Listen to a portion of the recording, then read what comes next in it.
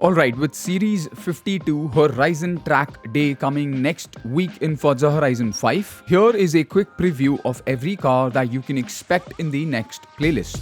Now just a quick heads up before we proceed, almost all the cars that are coming here in this playlist are already available in the Backstage shop, and the ones that are currently not in the Backstage shop are going to be coming this week in the Backstage voting. So basically you're looking at unlocking only 2 extra cars from this new season, and here are all the reward cars that you can expect. So for the series rewards, we have these 2 cars that are the #92 Porsche RSR and the Lotus 211.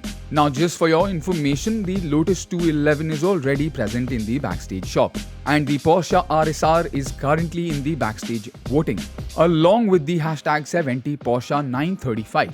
And both these cars are in this festival playlist. And of course, either of them might win this vote. Now moving on to our summer season rewards, we have the Porsche 911 GT3 RS 2023, along with a Horizon Backstage Pass. And you guessed it, the 911 GT3 RS is already present in the Backstage shop. Moving on to the autumn season rewards, we have the P911 Rally E and a Horizon Backstage Pass as usual. And following the same trend, we already have the 911 Rally E in the Backstage shop. So 2 seasons till now, and both these cars are available in the Backstage shop. Next up, we have the winter season rewards, where we have the 911 GT3 R 2023 and a Backstage Pass as usual. And of course, you guessed it, the 911 GT3 R is already present in the Backstage shop. And now we move on to our last season, the spring season. Here is where things get interesting. So we have the #70 Porsche 935 and the 911 Turbo S 2023 instead of a Backstage Pass. But as you saw before in the Backstage voting,